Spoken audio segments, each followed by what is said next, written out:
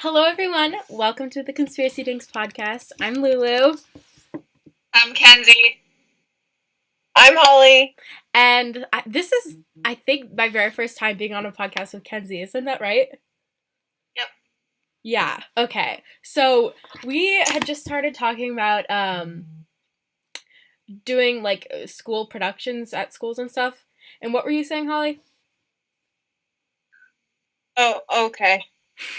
Well, my school has done a couple. We did Seussical the Musical. That's one that I wasn't involved in, but I saw. And it was actually pretty good, but I think it's because, everything was basically already written out. So, you knew, what everybody had to be wearing and what everybody was going to say. And then the second one we did was made up. So we called it Best of Broadway, like that's showbiz.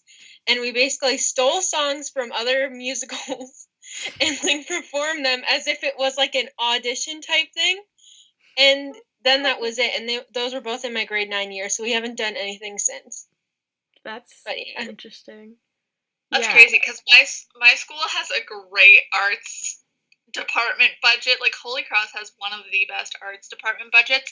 We put on productions every year, and so last year, the four that I've seen so far, we've done Phantom of the Opera, Secret Garden. We did Les Mis last year. We did Shrek the Musical. Oh my god. Yeah. We did Guys and Dolls. We're doing Godspell this year. So I've been involved in Les Mis and Godspell. I'm doing hair and makeup. That's really cool. Got my shirt over there, my Les Mis shirt and my Godspell shirt. But I feel like there's such a difference with the arts departments, like in especially Kingston. Like Regi, Frontenac, and like Ernstown, they barely have an arts department budget, but like Bay Ridge and Holy Cross, like they have a huge budget for art.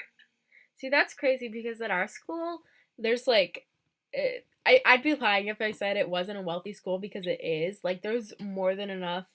Like, there's dozens of sports and there's definitely an arts budget because we have plays like every single year, and they're like, I never really go to them just because I'm lame. What was the one that just happened? I don't know. I know we did Romeo and Juliet last year. We do a lot of just like kind of like I don't know, historical ones like that, or like one plays that everyone knows, I guess. But oh, we just did 9 to 5, I think, and it. I don't really know what it was about because I didn't go. I was going to, and then I didn't. But I guess I've never thought about it like that because like our school has always done that. So Yeah. I don't like. There's never not been a year where there's a play or something, like, if you know what I mean. Yeah. Same here. Like, I mean, I obviously am still sort of new to my school because I'm only in grade 10, but we've been doing productions since the school basically started. Mm-hmm. And so we've got a lot of history with that. Like, you can look up on like YouTube even, and you'll type in Holy Cross production, and like a billion will come up because we've done so many. But I was gonna say something. I was like, I forget what I was gonna say. It's okay. I don't know. It's just weird. Because also, especially for people who like are interested in that, you can't just go to a different school if your school doesn't do drama and stuff. Like, that's not a big deal. Whereas at our school, it like they're desperate for more people to get involved, I guess. Even though it's I don't know. I feel like it's not really a big thing. Like, there's a specific group of people that do it, and then like no one goes to the concerts or anything like that. Yeah, so that's kind of. Yeah. Sorry, go ahead. We're about our show, like the show that we're doing this year, Godspell. It opens tomorrow. Our opening night's tomorrow. So that's where, that's why we had to record the podcast today, is because I'm gonna be out crazy busy I'm going to be so busy for the next couple, like, days, because it runs from tomorrow until Saturday. Mm-hmm. But Wow. That's cool that it started. last year, it was crazy because last year when we did Les Mis, I think it was costing us like $25,000 per night to put it on. That's Oh wow. what? Because we needed copyright. Oh yeah. I forget about that there's like so much of a business side and back of like all the art stuff. Like it's crazy that a high school can't just put on a play and it doesn't. I don't know, that's so weird. I'm in a show choir and we're supposed to do The Wizard of Oz. We were supposed to, and they like they assign roles to everyone and stuff, and it's actually like this big controversy because I'm a senior now, so it's like our last show, and but they realized that it would cost so much for them to put on Oz, so that now they're like, well, we could switch, but what are we gonna switch to? And I think what they've decided on is we're gonna switch to Scheherazade, which is like a traditional Indian story, but the way that our director does it is definitely like not PC. Like she made up a language because she can't write the songs in Indian, and like it's a difficult show to perform because you realize all like the implications of it and like how inaccurate it is to the culture.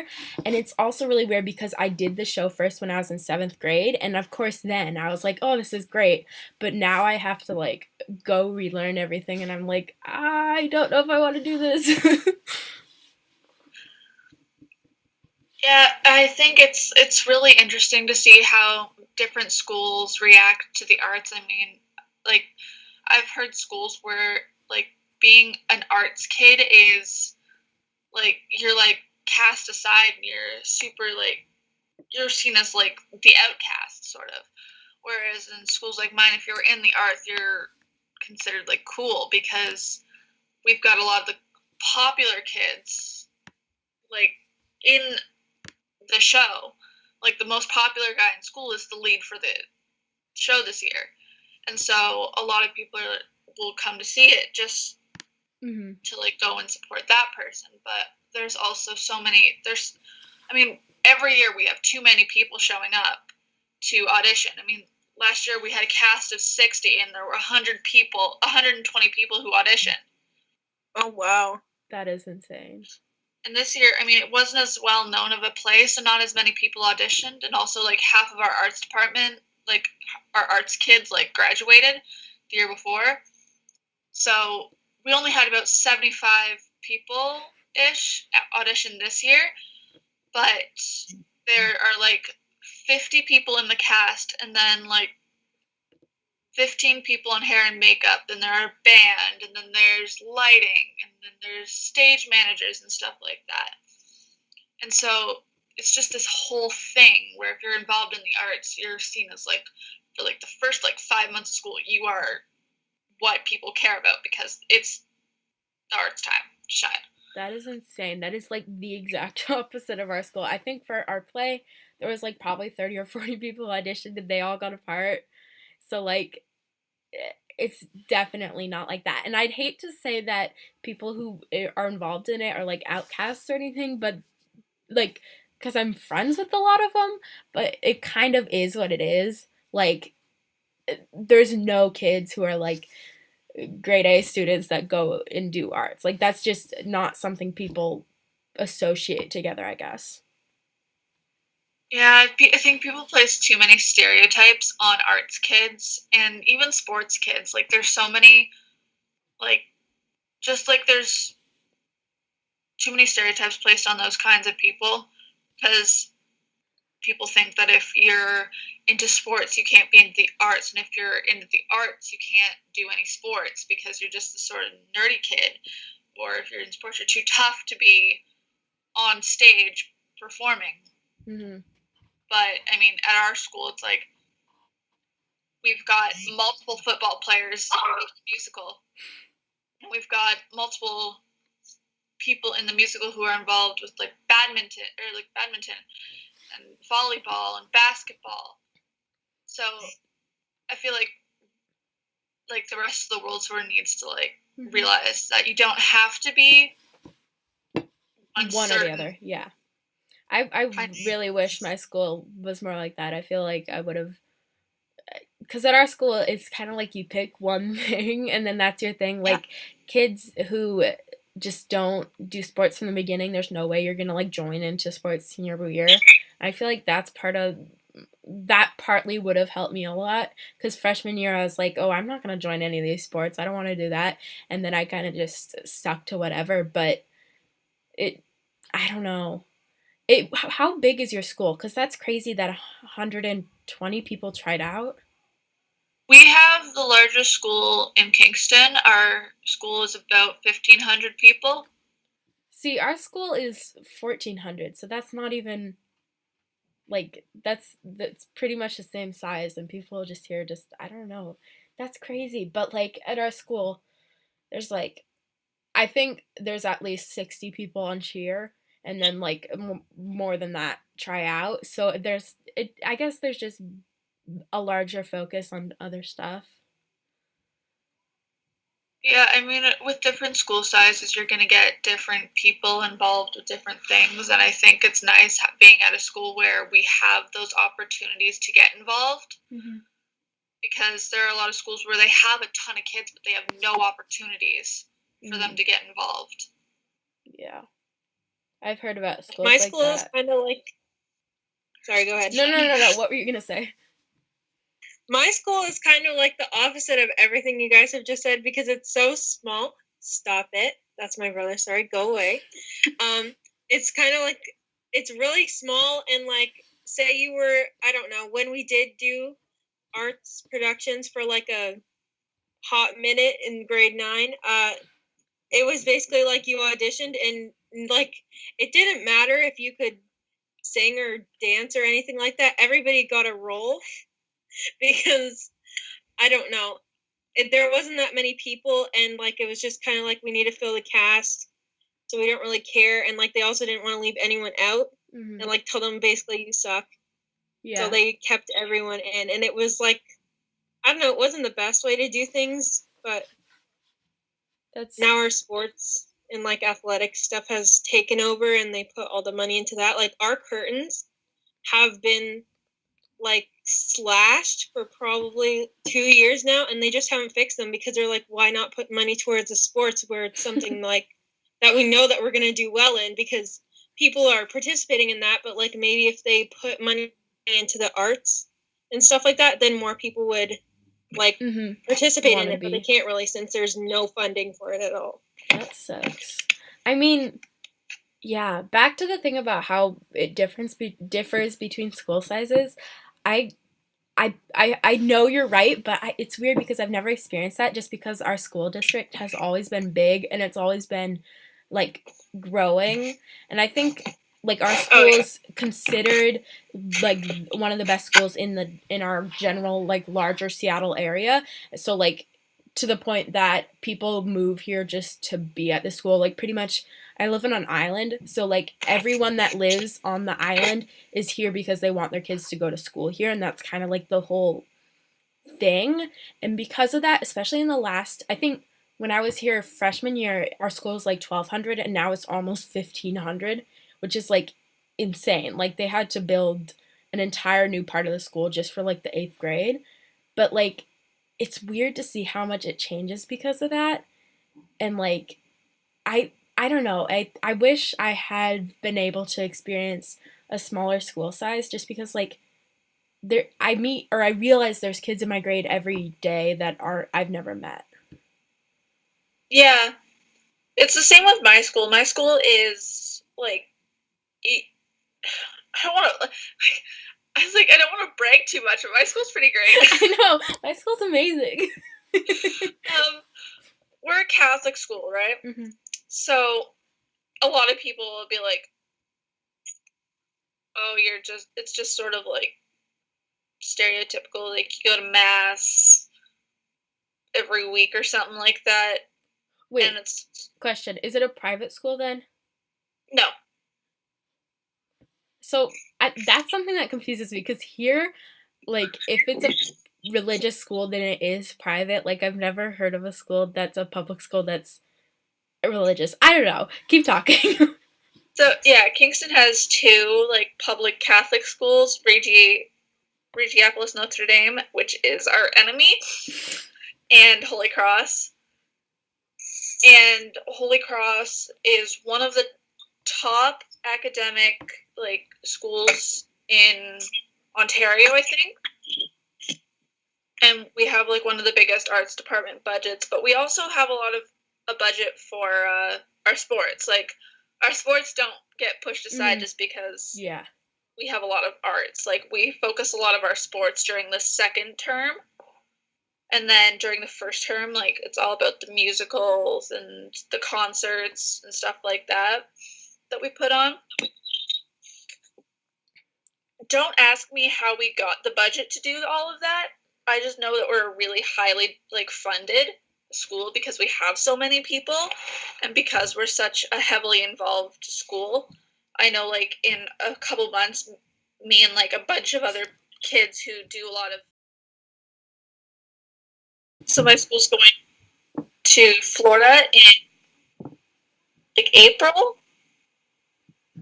Wait, for what? We are going to a like vocal competition and a jazz competition in Disney. Like we're up against a bunch of other people. Wait, and where is that in California or in Florida? Yeah. I feel like our school might be going there too. I don't know. Maybe we're going. I don't know. Our school's doing something like that. It's next year, yeah. Yeah, and it's in April, and we go and we basically are up against a bunch of other schools from all over North America. And I'm almost positive every single time we've gone, our school is placed in either first, second, or third. Wow. I know our school gets. Is that the Rose Bowl parade? Is that the same thing? I don't know what that is. I know our school goes to an event in like Disney where they compete against other bands and stuff like that all the time, or like every couple of years. Maybe it's just similar. They went to Boston last year. Mhm. And then I think the year before that, I don't know where they went. I think they went to like New York, and they've gone to California. Yeah, our school definitely went to California a year or two ago, or a couple years ago. Oh, and they went to Australia too. Wow. Okay. Yeah. I guess at our school, there's like the band is really, really big. Like that's probably the biggest program. And then after that, I guess like football or some other sports. But I don't know. It's I guess the excuse for like not like the only reason the arts program isn't as big as it could be is because kids just aren't interested in it. And I don't really know, like that's sad, but there's no real reason or thing to blame for that. Maybe it's just like parents don't encourage their kids to do that, or like our school's just more academically driven. But yeah. No, I don't understand that. Like, because a lot of people just think arts is lame. Mm-hmm. Like, we're just sort of seen as some like dumb people walking around school singing show tunes all day. And a lot more goes into it. People just don't want to like find that out. And people are more interested in what the media sees as cool. And the arts and stuff like that isn't seen as like, is it as celebrated? Like musical theater isn't as huge as like sports are. Yeah. Which I think has contributed a lot to people not getting involved with the arts. It's because we have the Tonys, but that's about it. Wait, what do you mean by the Tonys? The awards? Yeah, like the Tony Awards, they celebrate musical theater. Oh, but that's about it. Yeah. I don't really know why for our school. I guess our school is like more college driven. Like kids aren't going to do that because it seems like a burden or something that'll take up time, whereas they could Yeah. be doing like other stuff. Yeah, that's sort of another reason. It's sort of seen as a Mm-hmm. burden. Yeah. It's just added stress to your daily routine. Yeah, I wish I had gotten more into that in like freshman year, but then again, I see like my friends who do it and they're like, "Oh, we have rehearsals until like 9 p.m. every night." And I'm like, I couldn't do that. I just couldn't. Like, I don't know how anyone does it, but it seems like a lot of work. It's a lot of work, but it's fun. Mhm.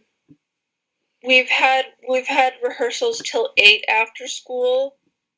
We rehearse on Sundays, and then but like it's worth it in the end because after our shows we have like this huge cast and crew party where we order like ton of pizza, and then we all like sit on the stage in like a huge circle and just roast the crap out of each other.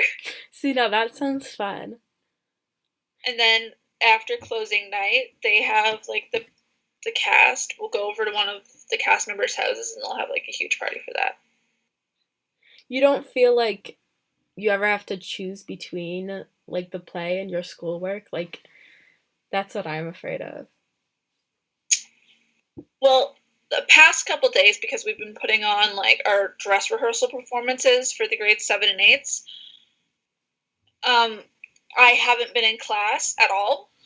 So I definitely have been like falling behind. I'm 2 days behind, and I'm in all academic classes, which means I'm definitely falling behind in both of them. Mm-hmm.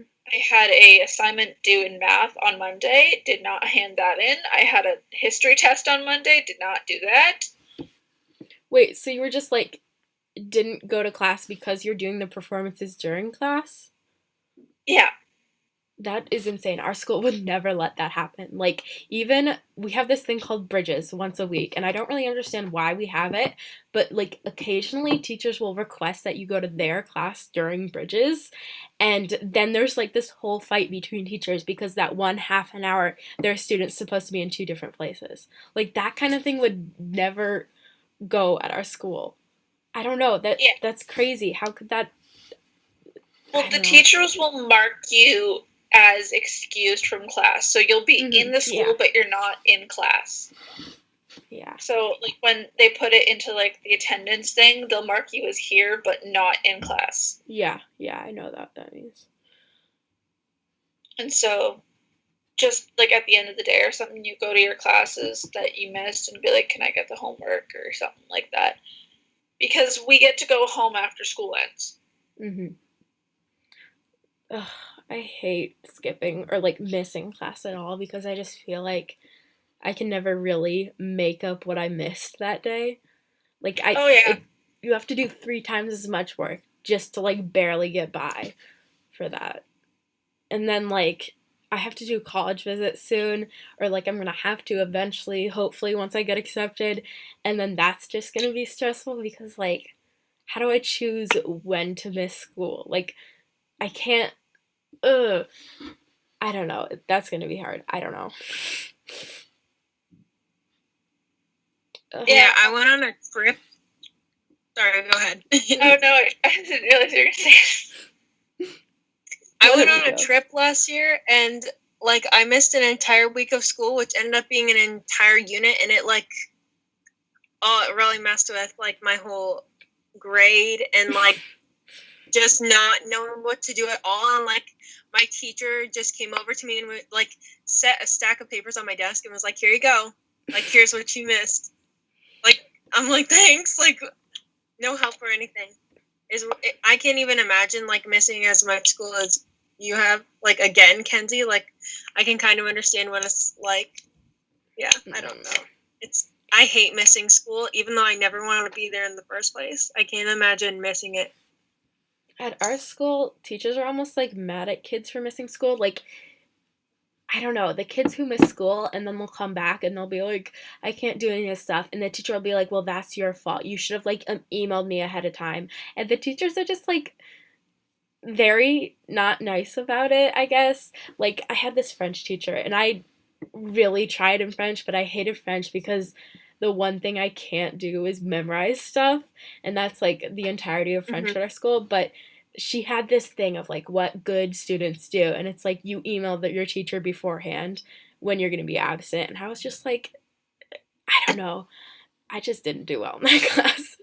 But it's just such like a thing at our school. Like, if you're a good student, you never miss more than a day of school, and you deal with it like as an event. Like, if you miss school because you're sick, like, just don't be sick. Like, I can't tell you how many times I've gotten sick just because, like, kids come to school when they're sick because they don't really have an option.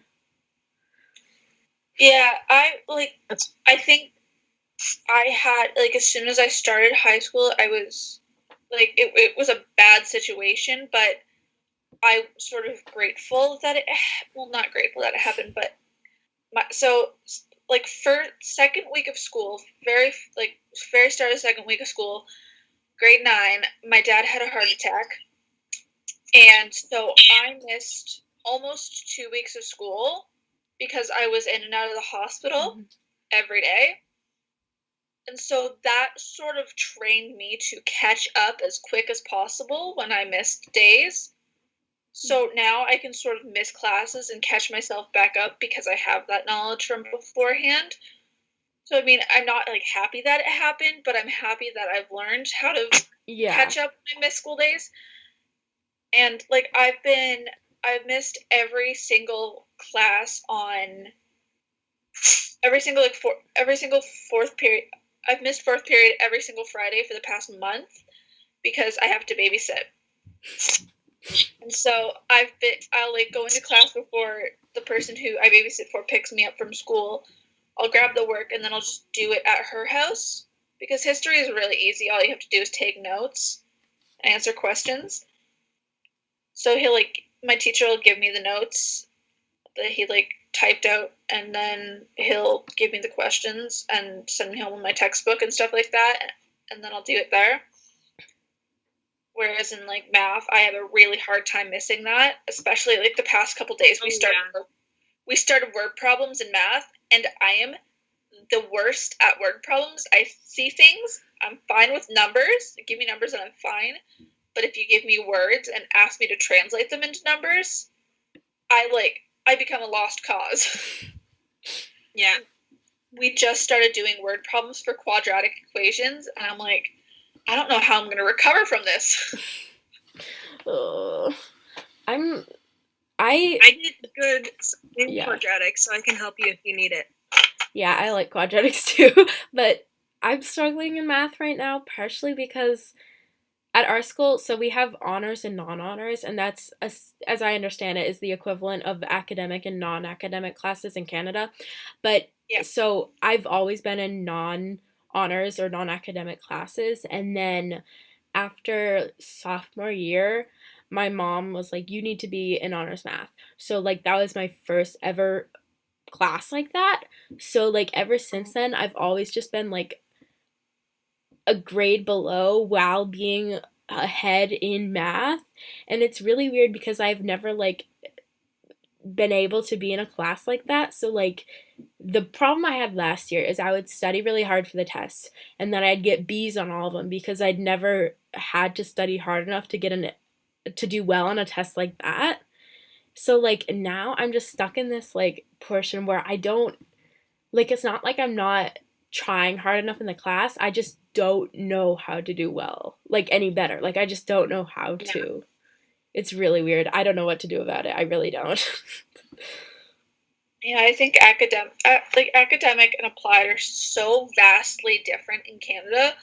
Like, I hear of kids in like I've got friends in the applied classes, and they're like, this stuff is so hard, and I look at it, and it's like the easiest stuff, and then you get to academic, and you're like solving for x, algebraic equations, quadratic equations, and they're doing that in applied, but it's such a simpler level. But as soon as you jump to academic, it's like crazy intense. Yeah. And then after you talk, or I don't know. After grade 10, you don't take academic applied or locally developed anymore. You have work, college, and then university. Wait, after grade 10? Yeah, after grade 10, you don't take like academic or applied anymore. They're labeled as university prep, college prep, or work prep. That's confusing. It's really confusing. Yeah, it does get really confusing. Because you go from, like, 2 choices to, like, 3 or 4, and it's just, like, I don't know which one to pick. Like, just whatever one you think is good. That's what I told my guidance counselor. Whatever one you think is good, just pick it, and I'll take it. That's terrifying, because that, like, pretty much limits you to your college options, doesn't it? Yeah, so if you Oh, that would freak me out. They tell you in grade 8, if you take applied, if you take applied all throughout high school, or you take, like, applied and then college, don't apply for a university because they won't accept you. But if you take academic, you can apply for university and college. But if you take locally developed, it's like you're really only stuck with college. So, like, you don't really have many options. That's why a lot of people will take academic, is because they want that option. But then it's too hard for them. And so they fall behind, which really, like, limits their choices even more. Yeah. I didn't know there was a difference between them when because I just registered for high school, and basically there was just a little thing, and you would, like, check the box, academic or applied, and I didn't really think about the difference between them.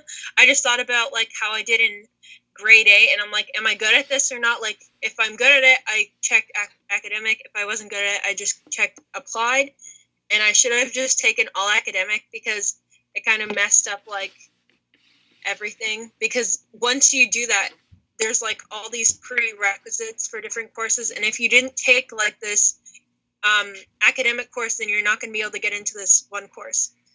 It sucks. Yeah, it's the most confusing thing. That sucks. Our school is very different from your schools, but it's also pretty different from the schools around, or, like, the typical American school, just because like, so much of it is more parent driven, and, like, our school has they used to call it E2 or something, but it was basically, like, the pre-honors program. So, like, you'd take it throughout elementary school and high school, or in middle school, and then those kids were the ones that were supposed to take honors classes in high school.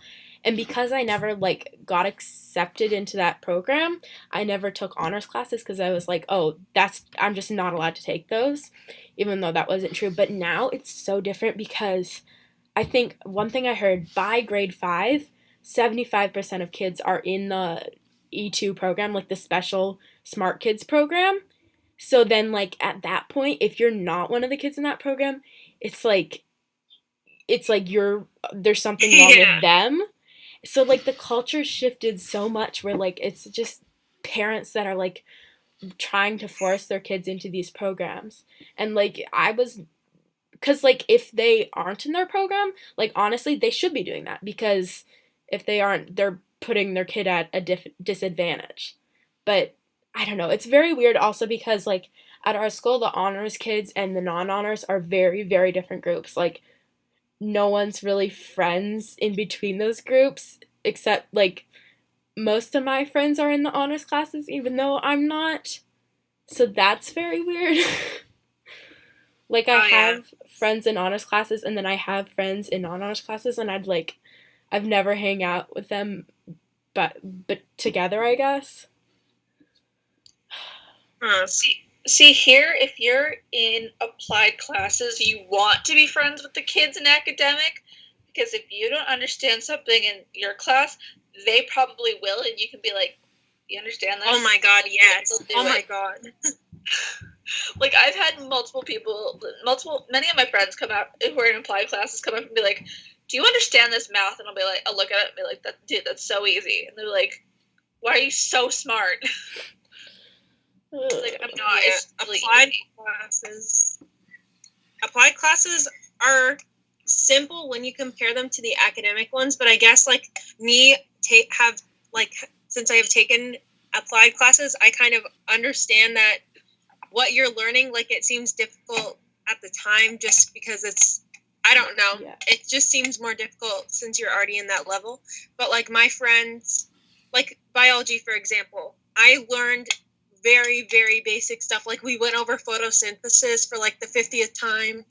We went over cellular respiration, like easy stuff, like the macronutrients and all that. And then they're learning to the cell. Yeah. Like we were coloring in like pictures of cells. That's what we were doing. And then my friends are like, I don't know, figuring out like what DNA is made up of and like going into detail about all the like real scientific terms, like, oh my god. And then they had to memorize those to write them on the exam. I'm like, how are you doing that? Because like compared to my class, like it was so difficult. It looked so difficult. That's interesting. Do you guys take the EOC?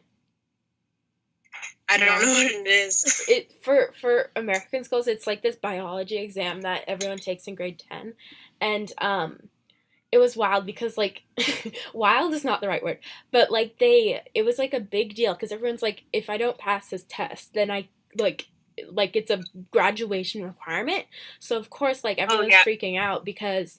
But then the teachers would like prepare us, and they didn't want to tell us like, oh, you'll do fine, because then kids just like don't study. But then like the day before, our teachers like, yeah, the passing grade for this is like a 60%, and our school gets an 80% on average. And then I was like, wait, what? Like, and everyone took the test, and the next day we're all like, that was really easy. Like we prepared far like 10 times over what was on that test.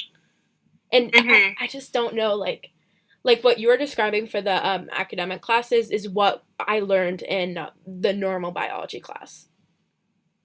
So. Oh, wow. Yeah. Wow. So we have stuff for, like, graduation requirements as well. Like, Kenzie probably is focusing, like, this is just for Ontario, though. Like, there's a literacy test that you have to take to graduate, and Kenzie's probably heard about that. And you have to do... I don't want to hear about it. The passing grade is a 75%. I've heard about that as well. Even though it's just multiple choice questions and short answers and then an opinion piece. And honestly, I don't think they're very like the people or the machines that mark it. It's marked by machines. It's pretty simple to pass because like. I don't know. I didn't even do my opinion piece on the topic because it was like too complicated for me to process, and I was just like so stressed over getting it done. So I just like did an opinion piece on why I hate coming to school, and I passed. So like the question was like, are extracurricular activities like important for, I don't know, your future or something like that? And I was just like, you know what? Here's why I hate school. Why I hate coming to school. That's hilarious. I know what that is because when I'm looking at, like, I'm applying to universities in Canada because I'm a Canadian citizen, but they all, like, list that, and I'm very confused. Like, what I understand is that I'm not going to be able or need to take a test or prove my English proficiency for any of the universities, but, like, my worst fear is that I'm going to be, like, accepted, and then they're going to be like, wait, you don't have this one test, you're not accepted. And I don't know. I've never really thought about if you need it. I think because you are applying from the U.S. and aren't like taking the literacy tests and stuff like that, I don't think they'll count that. Mhm. But I know, like, if you're an Ontario citizen and then you're trying to apply to different universities in Canada, you have to have that test done. Do the universities look at the score specifically, or are they just saying you passed? It's just a passing thing. You just have to have passed. It doesn't matter what you got on it. I think I just like because I've been in a English speaking school for 4 years, I don't have to. But yeah. I was in Canada this weekend, or like the weekend that just happened, because I was visiting the University of Victoria in BC, and it's my like thing I've been saying all week is like, I'm like, oh yeah, I visited Victoria, and the tuition for me is gonna be 7,000 a year, and everyone at like my school is like amazed, because like pretty much everyone at our school is applying to the universities where the tuition is like 40, 50, 60,000 a year. So they're Oh my like, gosh, that's which is crazy. insane to me, but like, so Yeah. everyone hears that, and like, it's just, it's just unfathomable how different that can be for like an education that is more or less the same. I don't know. It's crazy. I think it's, I don't even know how it's possible that kids can like sign on to that much money as a teenager. I don't know. Yeah. Yeah, like I think like the tuition that I was checking tuition. I've been like looking at universities. I haven't like been considering them. I've just been sort of looking at different programs. But like for a couple courses, I think it's only like 6,000 ish a year for tuition here. Like our tuition is so low, but people think it's like super high because they haven't experienced like tuition over in the US. Yeah. The school that University of Washington, it's actually like a really good school, but that's the one that everyone like applies to from my school specifically. I think like last year more than half of the kids went there, or at least a third. But that school is considered really, really cheap for in-state people, and it's like 20,000 a year. And Oh wow. and it's also crazy because we can see like this graph for like what kids got in there, and it shows their SAT score as opposed to their GPA, and like there's like kind of a scattered points for the University of Washington, but then there's just like a solid line at 4.0 of like kids that got in there. Like most of them had 4.0s, which is like the best GPA you can get. So like it's like I have a friend that was going to apply there, but then she's like, what's the point? Like my GPA is so far away from that she just didn't even bother. I don't know. It's wild how different that can be. I think my grade point average last year, as I think I had like a 3.9 or something like that. I think my average overall was a 91%. I don't know what that is in GPA, but I know that it's probably pretty good. Wait, are That's you pretty thinking, good, definitely. Are you thinking a lot of scholarships require you to have like 90 or higher? So that's really good. Do you guys do weighted or unweighted GPAs? I don't know. I've Is it never wait? Is it out of 5 or 4? Out of 4. Out of 4? Okay, yeah.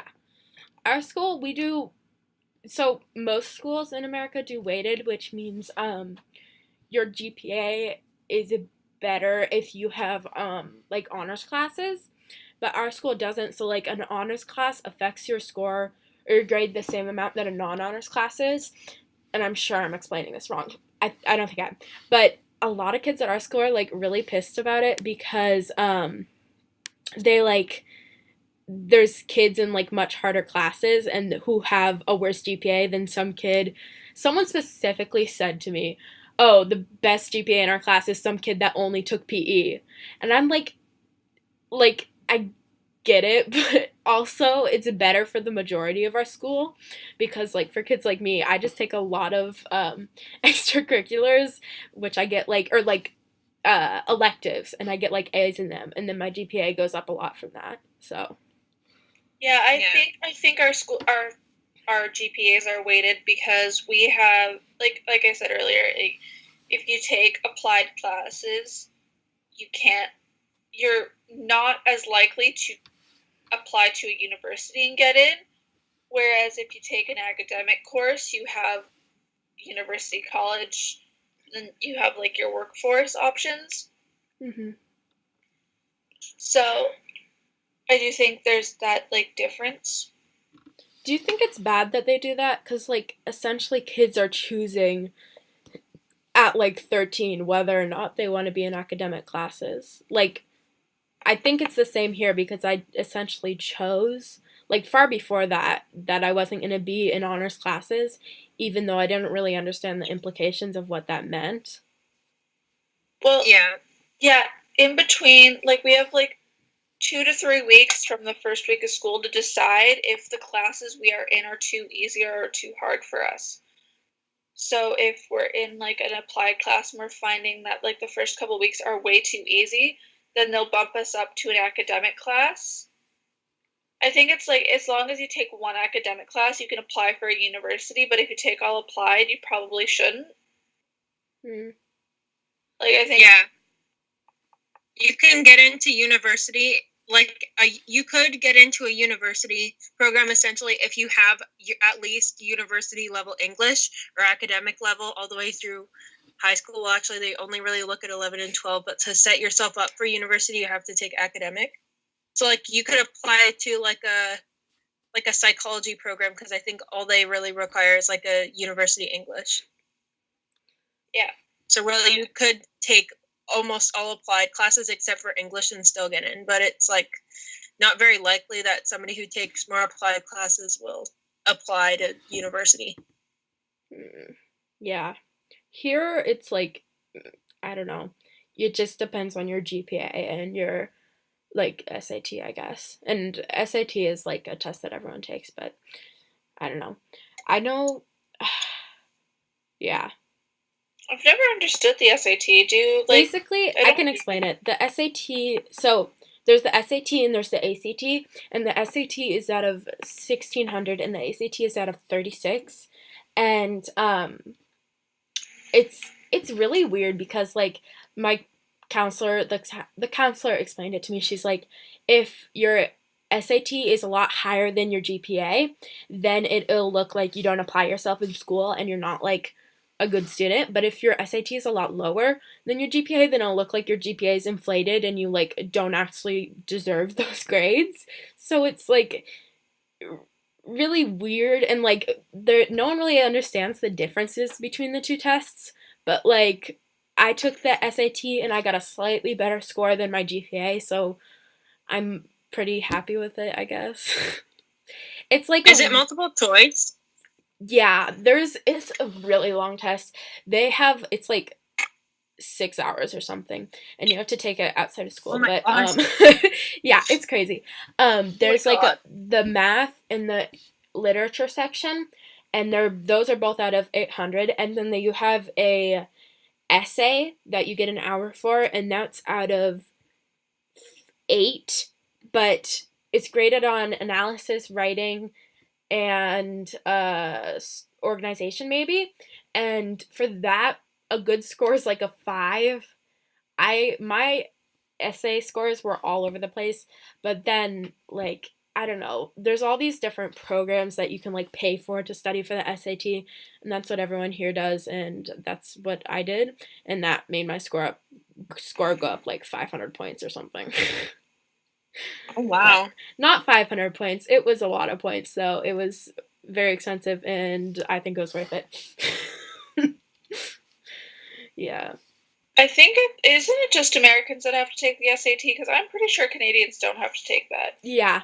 It's only No, I've never heard Americans and students that want to study in America. And it sucks for them because they have to figure out how to take it somehow. But, yeah. I mean, I'm pretty sure in Canada we have to take like an aptitude test or some sort of thing. What is that? A what? A what? I don't know. Aptitude? It's like an aptitude. It's like you write out what you know, and they like score you based. Oh, is that for like picking a job for you, or is that a different thing? I thought that was for like universities. Like you'd write out like what you know from each class, like what you're. Like, you'd like take like a test. Oh, do you mean AP test? Oh, yeah. I don't know what it's called. I don't know what you're talking about either. But what? Okay, I do have a question. What's an international IB something? It's always on a college international bachelorette, maybe. I don't know. I don't know. Bachelor? No. Like a bachelor's degree? No, it's something else. What's the thing? It's spelled like TOELFS or something. I just I have no asking idea random what that test names. I'm actually applying to like colleges tomorrow, and I know none of this, so like I'm relying on my guidance counselor to just tell me how to do everything. What So how many schools are you I applying don't to? have to worry about this for another couple of years. Yeah. Holly, how many schools are you applying to? 3. Want to know how many schools Yeah. I'm applying to? Isn't it like 17 or something like that? Yeah, it is. It's really dumb. Oh my god. It's really dumb. Kids here How apply many to a minimum of applications have 8. you finished? So I did all the Ontario ones. I applied to 5 in Ontario, Windsor, Waterloo, which is where my dad went, but I don't actually like Waterloo. I don't know any of the rest of them. Wilfrid Laurier. Queens. No, I didn't apply there. I'm sorry.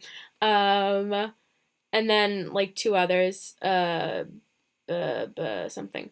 McMaster, I'm applying to. I can't figure out where they are. Like, I can't keep them all straight in my head. But I've also applied to 2 in the U.S. And the thing I'm struggling with, I didn't realize there was all these like follow-up things I have to do. Like, I thought I was just gonna submit the Ontario apps and that was gonna be done. But now all these schools are emailing me and they're like, you have to write this essay. And I'm like, what? Yeah, and then I've also applied to UBC for sure. Oh my gosh. This is so stressful. I feel like I should go and work on it now. Do you guys... We should probably end this soon, but I have a question. Do you guys know anyone that's applied to UBC, University of British Columbia? No? No. I low-key regret applying there, but now it's like too late. I can't give up because they have like more than 10 essays that you have to write for that school. And I think it's because they just get so many applicants that's like their way of like filtering out the ones that don't actually want to go there. But like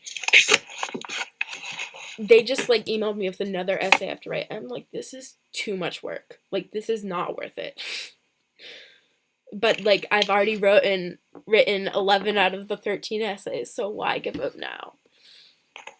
That's crazy. What? Like, and there do people have to like read through those one by one, like all of your essays? Probably. They probably don't even read them. They probably just like, oh, this like, let's get rid of the bottom 50% based on their grade averages, and it doesn't matter what essays they wrote. Like, that's probably what they do. Yeah. Which sucks. Or, hey, this essay looks long. They probably wrote like this well. Let's just accept them. Yeah, that's what. Like, what if they just have, like, oh, everyone with below a 3.9 doesn't get accepted? Okay, I don't care if you spent all this time writing your essays. That'd be so aggravating. But the thing is, there's no way for me to know if I get denied, why. Like, they don't tell us. Yeah. It's like, sorry, too bad. Yeah. Like, it could be for some tiny reason, or, like, who knows? Mm-hmm. Okay. I feel like we should end this. Yeah. You guys, it's, like, 10 there, right? Yeah. Yeah. Yeah, it's like 10:30. I'm exhausted. Yeah. It's 7:30 here. I'm gonna go and do homework for a couple hours now. I'm gonna go to bed. I stayed up way too late last night. Me too. Good luck with your play tomorrow, Kenzie. Thank you. Yes, good luck. Do all the hair and all the makeup. Yay. I really hope I don't have to do all the hair and all the makeup because that is stressful. There are 50 people in that cast. You'll be fine. Just smack some eyeliner on there. It's not that easy. Okay, well, I will talk to you guys later. Peace out. Thanks for listening to the Conspiracy Dinks podcast. See you next Sunday at 10 a.m. Bye. Bye.